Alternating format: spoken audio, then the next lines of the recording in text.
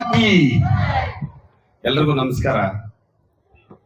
ಪ್ರತಿ ವರ್ಷ ಇದ್ದಿದ್ದೆ ನಮ್ದು ಶಾಲೆಗಳವ್ರದ್ದು ಸಮಸ್ಯೆ ಹೇಳ್ಕೋಬೇಕು, ಇಲ್ಲ ಉತ್ತೇಜನ ಕೊಡ್ಬೇಕು ಪೇರೆಂಟ್ಸ್ಗೆ. ಈಗ 21ನೇ ವರ್ಷದ ವಾರ್ಷಿಕೋತ್ಸವ. ಮೊನ್ನೆ ನಾವು ಆದಿಲ್ ಸರ್ ಶಾಲೆಗೆ ಮಾಡಿದಾಗಿದ್ದು ನಮ್ದು 30 ವರ್ಷ ಆಗಿದೆ, ಅವ್ರದ್ದು 20 ವರ್ಷ, 21ನೇ ವರ್ಷ. Thank you, congratulations. ಆದ್ರೂ ವರ್ಷಕ್ಕೂ ನೀವು ನೋಡ್ತಾನೆ ಇದ್ದೀರಾ.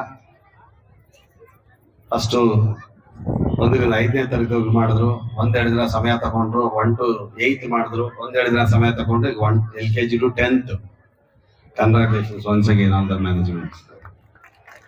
ಯಾಕಂದ್ರೆ ಡೇ ಬೈ ಡೇ ಅವ್ರ ಸ್ಟೆಪ್ ಬೈ ಸ್ಟೆಪ್ ಶಾಲೆನ ಅಭಿವೃದ್ಧಿ ಪಡಿಸ್ತಾ ಇದ್ದಾರೆ. ಒಂದಷ್ಟು ಮಕ್ಕಳಿಗೆ ಒಳ್ಳೇದಾಗ್ತಾ ಇದೆ. ಯಾಕಂದ್ರೆ ಈಗ ಮನೆಗಳ ಮುಂದೆನೆ ಈಗ ಒಳ್ಳೆ ಶಾಲೆಗಳು ಬರ್ತಾ ಇರೋದ್ರಿಂದ ನಮ್ಮಲ್ಲೂ ಶಿಕ್ಷಣದಲ್ಲಿ ಕಾಂಪಿಟೇಷನ್ ಬೆಳೀತಾ ಇದೆ. ಶಾಲೆಯಿಂದ ಶಾಲೆಗೆ ನಾವು ಕೂಡ ಒಳ್ಳೆ ರೀತಿಯಲ್ಲಿ ಶಿಕ್ಷಣ ಕೊಡಬೇಕು. ಒಳ್ಳೆ ತರ ಮಕ್ಕಳಿಗೆ ನಾಲೆಡ್ಜ್ ತುಂಬಬೇಕು, ಒಳ್ಳೆ ಸ್ಕಿಲ್ಸ್ ನ ಕಲಿಸ್ಬೇಕು. ಈ ದೇಶದ ಅತ್ಯುತ್ತಮ ಪ್ರಜೆಗಳಾಗಿ, ಅತ್ಯುತ್ತಮ ಆಡಳಿತಗಾರರಾಗಿ ಮಕ್ಕಳು ಮಾಡ್ಬೇಕು ಅನ್ನೋ ಉದ್ದೇಶದಲ್ಲಿ ನಾವು ಕೂಡ ಶಾಲೆಗೆ ತುಂಬಾ ಪ್ರಯತ್ನ ಪಡ್ತಾ ಇದ್ವಿ. ಅದರಲ್ಲೂ ನಮ್ಮ ಆದಿಲ್ ಸರ್ ಅವರು ಇಲ್ಲಿ ಬಂದ್ಮೇಲೆ ನೀವು ನೋಡ್ತಾ ಇದ್ದೀರಾ, ತುಂಬಾ ಈವೆಂಟ್ಗಳನ್ನ ಮಾಡ್ತಾರೆ. ಅಂದ್ರೆ ಮೆಸೇಜ್ ಫುಲ್ ಇವೆಂಟ್ ಇರುತ್ತೆ. ಒಂದು ಹೆಲ್ತ್ ಕ್ಯಾಂಪ್ಸ್ ಆಗ್ಬೋದು, ಅಥವಾ ಎಕ್ಸಿಬಿಷನ್ ಆಗ್ಬೋದು, ಅಥವಾ ಬೇರೆ ಮಾರಲ್ ಎಜುಕೇಶನ್ಸ್ ಬಗ್ಗೆ ಆಗ್ಬೋದು, ಅಥವಾ ಸೋಷಿಯಲ್ ರೆಸ್ಪಾನ್ಸಿಬಿಲಿಟಿ ವಿಷಯಗಳ ಬಗ್ಗೆ ಆಗ್ಬೋದು. ತುಂಬಾನೇ ಚೆನ್ನಾಗಿ ಕಾರ್ಯಕ್ರಮ ಮಾಡ್ತಾ ಇದ್ದಾರೆ. ಎಲ್ಲ ಪೋಷಕರು ಕೂಡ ತುಂಬಾ ಚೆನ್ನಾಗಿ ಕೋಆಪರೇಟ್ ಮಾಡ್ತಿದ್ದೀರಾ ಅನ್ಸತ್ತೆ. ಆದ್ರೆ ನಮಗ್ ತಿಳಿದಿರೋ ವಿಚಾರವಾಗಿ ತಿಂಗಳಿಗೊಂದ್ಸಾರಿ ಪೇರೆಂಟ್ಸ್ ಶಾಲೆಗೆ ಬರ್ಬೇಕಂದ್ರೆ ಏನೋ ಸ್ವಲ್ಪ ಕಷ್ಟ ಅನ್ಸತ್ತೆ ಅಂತಾರೆ. ಅದು ಯಾಕೋ ಗೊತ್ತಿಲ್ಲ, ನಾನು ಕೇಳಿಸ್ಕೊಂಡಿದ್ದೀನಿ. ಎಷ್ಟು ಸಾರಿ ಕರಿತೀರಾ ನೀವು ಅಂತ ಹೇಳ್ತೀರಾ? ಸಿನಿಮಾಗೆ ಹೋಗ್ತೀರಾ, ಹೋಟ್ಲ್ಗೆ ಹೋಗ್ತೀರಾ, ರಿಲೇಷನ್ ಮನೆಗೆ ಹೋಗ್ತೀರಾ, ವರ್ಷಕ್ಕೆ 10 ಸಾರಿ. ಮಾಲ್ಸ್ಗೆ ಹೋಗ್ತೀರಾ, ಎಲ್ಲಂದ್ರಲ್ಲಿ ಇನ್ನು ಬೇರೆ ಇರತ್ತೆ ಬಿಡಿ. ನಿಮ್ ಪಾಪ ಕಷ್ಟಕ್ಕೆ ಮಕ್ಕಳನ್ನ ನೀವು ಒಳ್ಳೆ ಶಿಕ್ಷಣ ಕೊಟ್ಟು ಆಸ್ತಿ ಅದೇ. ಈಗ ಆಸ್ತಿ ಮೊದಲೆಲ್ಲ ಹೇಳ್ತಾ ಇದ್ರೆ 10 ಎಕರೆ ಇದೆ, 20 ಎಕರೆ ಇದೆ, ನನ್ 100 ಎಕರೆ ಇದೆ ಅಂತ. ಈಗ ಏನಿಲ್ಲ. ಮಕ್ಕಳಿಗೆ ಎಜುಕೇಶನ್ ಇದ್ರೆ ಅವರೇ 100 ಎಕರೆ 50 ಎಕರೆ ಸಂಪಾದನೆ ಮಾಡ್ತಾರೆ. ನೀವೇನ್ ಮಾಡೋ ಅವಶ್ಯಕತೆ ಇಲ್ಲ. ಮಕ್ಕಳಿಗೆ ಶಿಕ್ಷಣನೇ ಶಕ್ತಿ. ಈ ದೇಶಕ್ಕೆ ಶಿಕ್ಷಣನೇ ಶಕ್ತಿ. ಯಾವಾಗ ಮಕ್ಕಳು ವಿದ್ಯಾವಂತರಾಗ್ತಾರೆ, ನೆಕ್ಸ್ಟ್ ಜನರೇಷನ್ ಹಂಗೆ ಬೆಳ್ಕೊಂಡು ಹೋಗುತ್ತೆ. ನಾವು ಶಾಲೆಗಳು ಸ್ಟಾರ್ಟ್ ಮಾಡಿದಾಗ ಒಂದೊಂದು ಏರಿಯಾದಲ್ಲಿ ಒಂದು 10 ಜನ ಎಜುಕೇಟೆಡ್ ಸಿಕ್ಕಿದ್ರೆ ತುಂಬಾ ಕಷ್ಟ. ಈಗ 90% ಎಜುಕೇಟೆಡ್ ಸಿಗ್ತಿದ್ದಾರೆ. ಅದಕ್ಕೆ ಒಳ್ಳೆ ಇದು ಅಂದ್ರೆ ಒಳ್ಳೆ ಶಾಲೆಗಳನ್ನ, ಒಳ್ಳೆ ಸಾಮಾಜಿಕ ಪ್ರಜ್ಞೆನ ಇಟ್ಕೊಂಡು ಸಮಾಜದಲ್ಲಿ ಒಳ್ಳೆ ಹೆಸರು ಮಾಡ್ಬೇಕು ಅನ್ನೋ ಉದ್ದೇಶದಲ್ಲೇ ನಮ್ಮಂತವ್ರ ಶಾಲೆಗಳು ಮಾಡಿರೋದು. ಈಗ ದೊಡ್ಡ ಶಾಲೆ ಅಂದ್ರೆ ಅದು ಬೇರೆ ಕತೆ, ಬೇರೆ ತರ ಅವ್ರು ಬಂಡವಾಳ ಹಾಕಿ ಬೇರೆ ತರ ಮಾಡ್ತಾರೆ. ಆಕ್ಚುಲಿ ನಮ್ಮಂತ ಶಾಲೆಗಳು ಈಗ 52 ಶಾಲೆ ಮುಳಬಾಲ್ ತಾಲೂಕಲ್ಲಿದೆ. ನಿಯರ್ಲಿ ಒಂದು 40-45 ಶಾಲೆ ಕೂಡ ನಮ್ಮಂತ ಶಾಲೆಗಳೇ ಇದೆ. ಕಡಿಮೆ ಹಣ, ಏನೋ ಒಂದಷ್ಟು ಶಿಕ್ಷಕರಿಗೆ ಅಥವಾ ಬಾಡಿಗೆಗೆ ಅಥವಾ ಇನ್ನೊಂದೇನು ಎಕ್ಸ್ಪೆನ್ಸ್ಗೆ ತಗೊಂಡು ನಾವು ಶಿಕ್ಷಣವನ್ನು ಕೊಡ್ತಿದ್ವಿ. ಸಮಾಜದಲ್ಲಿ ನಮ್ಗೊಂದು ಗೌರವ ಸಿಗ್ಬೇಕು ಅಂತ. ಈಗ ಆದಿಲ್ ಸರ್ ಶಾಲೆ ಮಾಡಿಲ್ಲ ಅಂದ್ರೆ ನೀವೆಲ್ಲ ನಮಸ್ಕಾರ ಹೊಡ್ತಿದ್ರಾ? ನಾನ್ ಸರ್ ನಮಸ್ಕಾರ ಹೊಡ್ತಿದ್ನ? ಎಷ್ಟು ಜನ ಪುಣ್ಯ ಮಾಡಿರ್ಬೇಕು. ನಾಳೆ ಇಷ್ಟೊತ್ತಿಗೆ ಸಾವಿರಾರು ಮಕ್ಳು ಇಲ್ಲಿ 21 ವರ್ಷದಲ್ಲಿ ಓದ್ಕೊಂಡು ಹೋಗಿರ್ತಾರೆ. ಅವರೆಲ್ಲ ನೋಬಲ್ ಶಾಲೆ ನಮ್ಮ ಆದಿಲ್ ಸರ್ ಅಂತ ಹೇಳ್ಕೊಂತಾರಲ್ಲ, ಅಥವಾ ಮ್ಯಾನೇಜ್ಮೆಂಟ್ ಬಗ್ಗೆ, ಶಿಕ್ಷಕರ ಬಗ್ಗೆ ಹೇಳ್ಕೊಂತಾರಲ್ಲ. ಈ ಒಳ್ಳೆಯ ಸದುದ್ದೇಶದಿಂದಾನೇ 100% ಆದಿಲ್ ಸರ್ ನೋಬಲ್ ಸ್ಕೂಲ್ ನಡೆಸ್ತಿದ್ದಾರೆ. ಅವ್ರಿಗೆ, ಅವ್ರ ಮ್ಯಾನೇಜ್ಮೆಂಟ್ ಅವ್ರಿಗೆ ಧನ್ಯವಾದಗಳು ತಿಳಿಸ್ತೀನಿ. ಹಾಗೆ ಈಗ ಎಲ್ಲಾ ಮನೆಗಳಲ್ಲೂ ಪೋಷಕರು ಚೆನ್ನಾಗಿ ಓದ್ಕೊಂಡಿದ್ದೀರಾ, ಶಿಕ್ಷಣವನ್ನ ಚೆನ್ನಾಗಿ ಕೊಡ್ತಿದ್ದೀರಾ. ಇನ್ನ ಕೋಪರೇಟ್ ಮಾಡಿ, ತಿಂಗಳಿಗೊಂದ್ಸಾರಿ 15 ದಿವಸಕ್ಕೊಂದ್ಸಾರಿ ಶಾಲೆಗೆ ಬನ್ನಿ. ಮಕ್ಕಳು ಇರ್ಲಿ. ನಮ್ಮ ಹುಡುಗ ಹೇಳಿದ ಮಾತೇ ಕೇಳಲ್ಲ ಸರ್, ನಿಮ್ ಸ್ಕೂಲಲ್ಲಿ ಡಿಸಿಪ್ಲಿನ್ ಕಳ್ಸೋದು, ನಿಮ್ ಮನೇಲಿ ಮಕ್ಕಳು ಹೇಳಿದ ಮಾತು ಕೇಳಿಲ್ಲ ಅಂದ್ರೆ ಶಾಲೆಯವರು ಡಿಸಿಪ್ಲಿನ್ ಕಳ್ಸೋದಾ?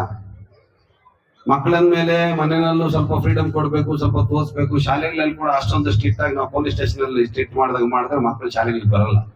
ಸ್ವಲ್ಪ ಆಟ ಆಡ್ತಾ ಕಲಿಬೇಕು, ಕಲಿತಾ ಆಟ ಆಡ್ಬೇಕು, ಸ್ವಲ್ಪ ಟೈಮ್ ಓದ್ಬೇಕು, ಸ್ವಲ್ಪ ಟೈಮ್ ಅವ್ರಿಗೆ ನಿಮ್ಮ ಹತ್ರ ಕರ್ಸ್ಕೊಂಡು ಸ್ವಲ್ಪ ಒಳ್ಳೆ ಮಾತುಗಳಲ್ಲಿ ಹೇಳ್ಬೇಕು. ಮತ್ತೆ ಚೆನ್ನಾಗಿ ಓದ್ಕೋಪ, ನಿಮ್ ಫ್ಯೂಚರ್ ಹೆಂಗಿರುತ್ತೆ ಅಂತ ಅವ್ರಿಗೆ ಫ್ಯೂಚರ್ ಬಗ್ಗೆ ಡ್ರೀಮ್ಸ್ ನ ನೀವು ಹೇಳ್ಕೊಡ್ಬೇಕು.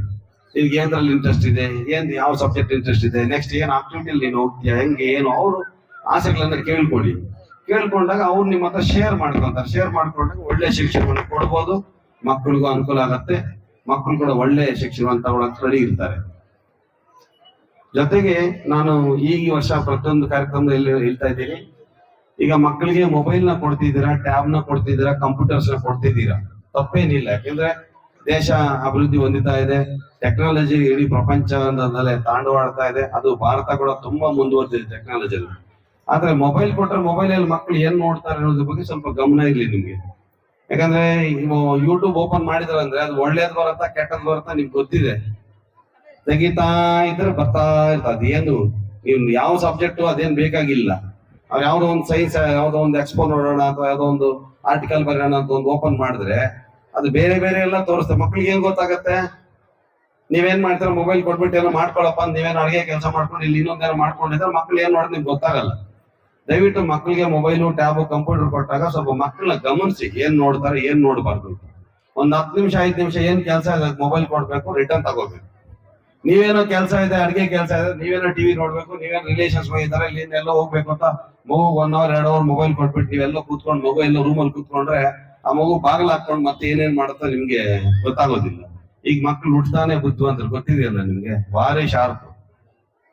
ಓದೋದ್ರಲ್ಲಿ ಬಿಟ್ರೆ ಮಿಕ್ಕ ಎಲ್ಲದ್ರಲ್ಲಿ ಏನ್ ಬೇಕಾದ್ರೂ ಮಾಡಿ, ಏನಾದ್ರೂ ಹೇಳಿ, ನೀವ್ ಭಯ ಬಿಡ್ಬೇಕು ನಮ್ಮ ಮಗು ಇದು ಮಾಡ್ತಾನ ಅಂತ. ಎಲ್ಲ ಮಾಡ್ತಾರೆ.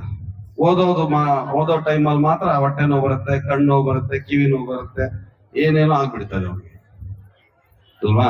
ದಯವಿಟ್ಟು ಟೆಕ್ನಾಲಜಿ ವಿಷಯದಲ್ಲಿ ಮಕ್ಕಳು ಮೊಬೈಲ್ ಕೊಟ್ಟಾಗ ಬೇರೆ ಗಮನಿಸ್ತಾ ಇದ್ದಾರೆ ನಿಮ್ಗೆ ಅದೆಲ್ಲ ಹೇಳ್ಬಾರ್ದು. ಸಣ್ಣ ಸಣ್ಣ ಮಕ್ಕಳು ಕೂಡ ಏನೇನೋ ಮೆಸೇಜ್ಗಳನ್ನ ಕೊಟ್ಟು, ಈ 5ನೇ ಕ್ಲಾಸ್ ಮಕ್ಕಳು, 3ನೇ ಕ್ಲಾಸ್ ಮಕ್ಕಳು, 7ನೇ ಕ್ಲಾಸ್ ಮಕ್ಕಳು, 10ನೇ ಕ್ಲಾಸ್ ಮಕ್ಕಳೆಲ್ಲ ಬೇರೆ ಬೇರೆ ತರ ನಿಮ್ಗೆ ಹೇಳ್ಬಾರ್ದು. ಯಾಕಂದ್ರೆ ಲೇಡೀಸ್ ಇದ್ದೀರಿ, ಹೇಳಿದ್ರೆ ಬೇಜಾರ್ ಮಾಡ್ಕೊಂತೀರಾ, ಸಮಸ್ಯೆಗಳು ಕ್ರಿಯೇಟ್ ಆಗ್ತಾ ಇದೆ. ಮೊಬೈಲ್ಸ್ ಕೊಟ್ಟಾಗ ಮಕ್ಕಳನ್ನ ಸ್ವಲ್ಪ ಗಮನಿಸ್ಕೊಳ್ಳಿ. ಅವ್ರಿಗೇನೋ ಆರ್ಟಿಕಲ್ ಕೊಟ್ಟು ಆರ್ಟಿಕಲ್ ಬರ್ರಿ, ಅಥವಾ ಯೂಟ್ಯೂಬ್ ಅಲ್ಲಿ ಇನ್ನೇನೋ ಮೆಸೇಜ್ ಪ್ರೋಗ್ರಾಮ್ ನೋಡೋದಕ್ಕೆ ಕೊಡಿ, ಅಥವಾ ಯಾವ್ದೋ ಒಂದು ಕಾರ್ಟೂನ್ ನೋಡಕ್ ಒಂದು 10 ನಿಮಿಷ 20 ನಿಮಿಷ ಅರ್ಧ ಗಂಟೆ ಕೊಟ್ಟಾಗ ನಿಮ್ ಗಮನ ಮಕ್ಕಳ ಮೇಲೆ ಇರ್ಲಿ. ಮಕ್ಕಳು ಮೊಬೈಲ್ ಅಲ್ಲಿ ಏನ್ ನೋಡ್ತಿದ್ದಾರೆ, ಏನ್ ನೋಡ್ತಾ ಇದ್ದಾರೆ ಅಂತ ಗಮನಿಸಿ. ಮಗುಗೆ ಇದು ಮಾಡ್ಬೇಡ ಅಂದ್ರೆ ಅದನ್ನೇ ಮಾಡೋಣ, ಏನಿದೆ ನೋಡೋಣ ಅಂತಾರೆ. ಹಾಗಾಗಿ ಸ್ವಲ್ಪ ಅದನ್ನ ಗಮನಿಸ್ಕೊಂತೀರಾ. ಆದ್ರೆ ಈಗ ಇಷ್ಟೊಂದು ಕಾರ್ಯಕ್ರಮ ಚೆನ್ನಾಗಿ ಅದ್ದೂರಿಯಾಗಿ ನಡೀತಾ ಇದೆ. ನಮ್ಮ ಮ್ಯಾನೇಜ್ಮೆಂಟ್ ಅವ್ರಿಗೂ ಸ್ಟಾಫ್ ಅವ್ರಿಗೂ ಒಳ್ಳೆ ಕಾರ್ಯಕ್ರಮಗಳನ್ನು ಈ ವರ್ಷ ತುಂಬಾ ಚೆನ್ನಾಗಿ ಕೊಡ್ತಿದ್ರು. ನಾನು ಕೂಡ ಒಂದು ಸುಮಾರು ಒಂದು 10-15 ಪ್ರೋಗ್ರಾಮ್ ನೋಡಿದೆ, ತುಂಬಾ ಚೆನ್ನಾಗಿ ಕೊಡ್ತಿದ್ದಾರೆ. ನೀವೆಲ್ಲ ಸಹಕಾರ ಕೊಡಿ. ಇದೆಲ್ಲ ಮಕ್ಕಳಿಗೆ ಉತ್ತೇಜನ ಕೊಡುವಂತ ಕಾರ್ಯಕ್ರಮ, ಸಾಮಾಜಿಕ ಕಳಕಳಿಯಿಂದ ಮಾಡ್ತಕ್ಕಂಥ ಕಾರ್ಯಕ್ರಮ. ಕೆಲವು ಕಾರ್ಯಕ್ರಮ ನಾವು ಇದ್ಯಾವುದೋ ಸ್ಕೂಲ್ ಡೇ ಅಂತ ಇಂದಕ್ಕೆ ಒಂದಷ್ಟು ದುಡ್ಡು ತಗೊಂತೀವಿ, ಏನು ಕಾಸ್ಟ್ಯೂಮ್ಸ್ಗೋ ಇನ್ನೊಂದು ಅರೇಂಜ್ಮೆಂಟ್ಸ್ಗೋ. ಬೇರೆ ಕಾರ್ಯಕ್ರಮಕ್ಕೆ ಯಾವುದಕ್ಕೂ ತಗೊಳ್ಳಲ್ಲ. ಏನಂದ್ರೆ ಒಂದು ಸಮಾಜದ ಕಳಕಳಿಯಿಂದ ಸಮಾಜದಲ್ಲಿ ಒಳ್ಳೇದಾಗ್ಲಿ, ಸಮಾಜಕ್ಕೆ ಒಳ್ಳೇದಾಗ್ಲಿ ಉದ್ದೇಶದಿಂದ ನಾವು ಕಾಸು ಖರ್ಚು ಮಾಡಿ ಸಮಸ್ಯೆಗಳು ನಡೆಸ್ಕೊಂಡು ಒಂದು ಒಳ್ಳೆ ಪ್ರೋಗ್ರಾಮ್ಸ್ ಕೊಡ್ತಾ ಇರ್ತೀವಿ. ಸಮಾಜಕ್ಕೆ ಅನುಕೂಲವಾಗತಕ್ಕಂಥದ್ದು, ಮಕ್ಕಳಿಗೆ ಅನುಕೂಲ ಆಗ್ತದ್ದು, ಪೋಷಕರಿಗೆ ಅನುಕೂಲ ಆಗ್ತಕ್ಕಂಥದ್ದು, ಪೋಷಕರು ಕಲಿಯೋದು ಅಷ್ಟೇ ಇರುತ್ತೆ ಅಂತ ಕಾರ್ಯಕ್ರಮ ಮಾಡ್ತಾ ಇರ್ತೀವಿ. ದಯವಿಟ್ಟು ಎಲ್ಲ ಸಹಕಾರ ಮಾಡ್ತೀರಿ ಅಂತ ಕೋರ್ತಾ ನಾನು ಮಾತನ್ನು ಮುಗಿಸ್ತೀನಿ.